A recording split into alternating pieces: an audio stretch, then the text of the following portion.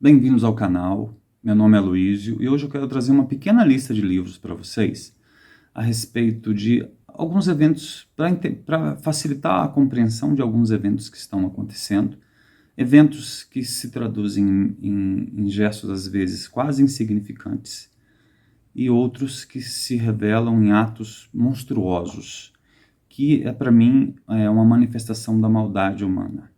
A maldade, nós, seres humanos, temos uma capacidade quase infinita para praticar o mal. Essa capacidade se esconde nas sombras do nosso próprio coração, infelizmente. Infelizmente, esse outro lado que nós temos, somos capazes de atos generosos, de muita bondade, mas a gente tem uma capacidade quase infinita para praticar o mal. E eu tenho visto acontecer alguns episódios de violência, alguns meio isolados, outros que configuram quase um sintoma dos tempos que a gente vive. E aí por isso eu quis trazer essa lista para vocês. Eu vou começar essa lista por esse livro do Adam Rothschild. Chama-se O Fantasma do Rei Leopoldo.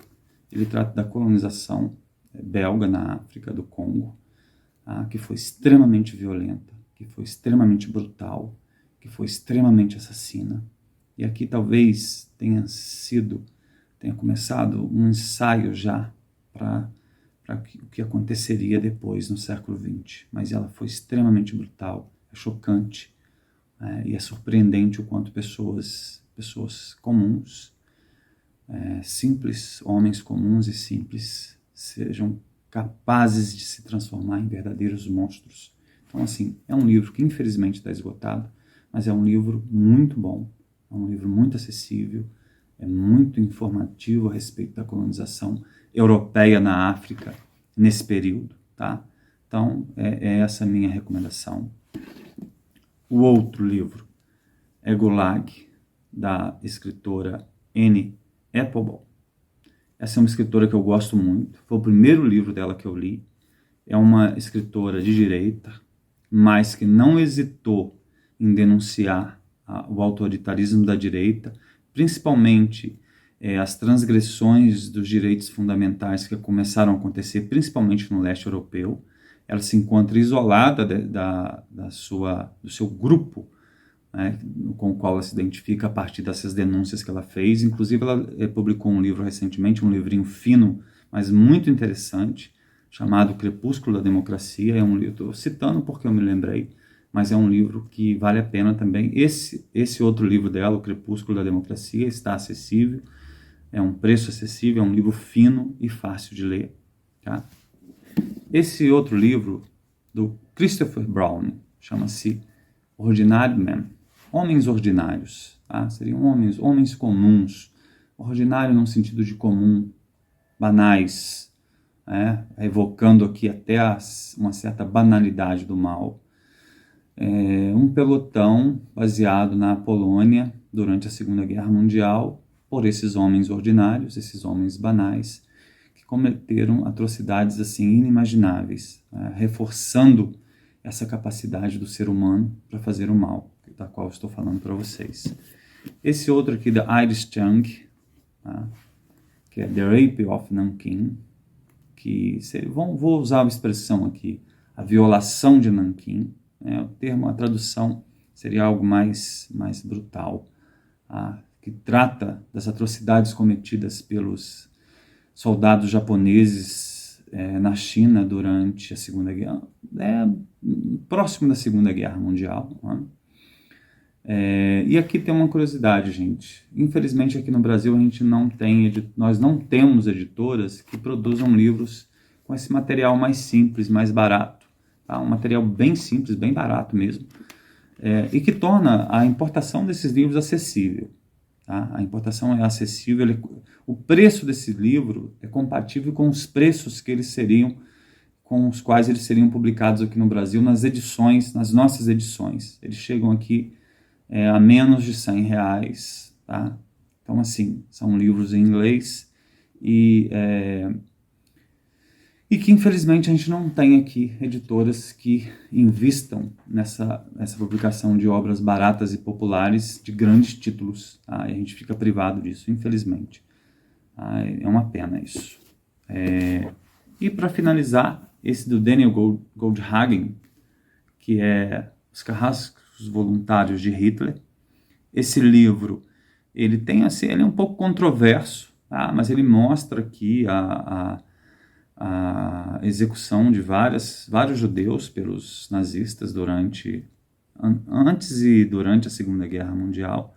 Então, assim, é um livro bastante interessante nesse sentido de demonstrar a maldade a qual a gente está sujeito e de praticar e de sofrer, infelizmente. Eu trouxe essa lista porque eu tenho visto alguns episódios de violência meio isolados, configurando talvez um sintoma dos tempos que a gente vive, né? Vindo de pessoas que a gente não espera que cometam violência, né? Os episódios que foram revelados na Ucrânia nesse final de semana também, episódios muito assustadores, muito aterrorizantes.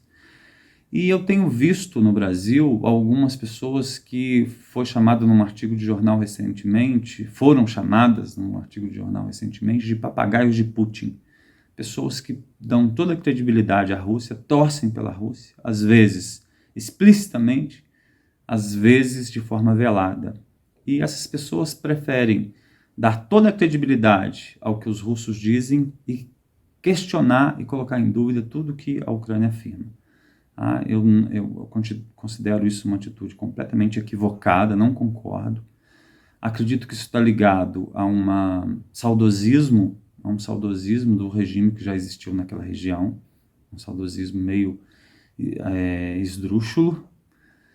Outro detalhe para mim também é um anti-americanismo bastante rombudo, bastante obtuso, que contamina algumas pessoas no Brasil, infelizmente, né?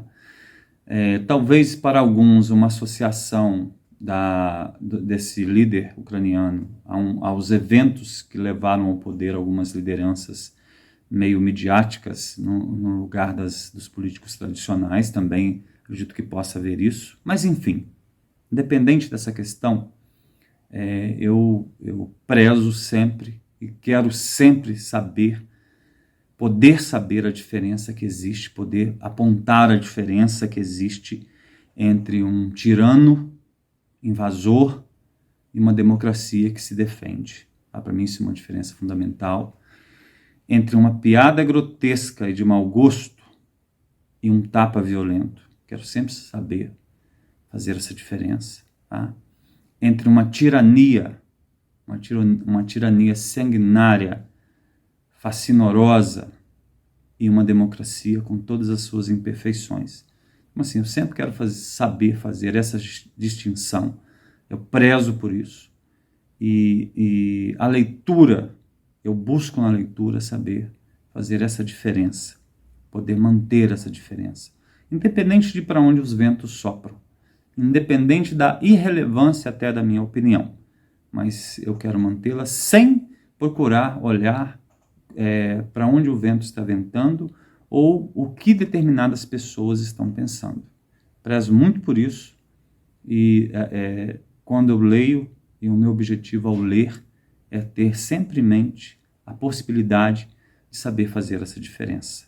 Tá? Quando as hordas das trevas, as hordas dos bárbaros se levantam para atacar as pessoas indefesas, as vítimas civis, eu quero sempre poder apontar que essas hordas são criminosas e que elas sim estão erradas, porque existe ambiguidade, existem questionamentos, mas o relativismo absoluto para mim ele não funciona e ele não serve.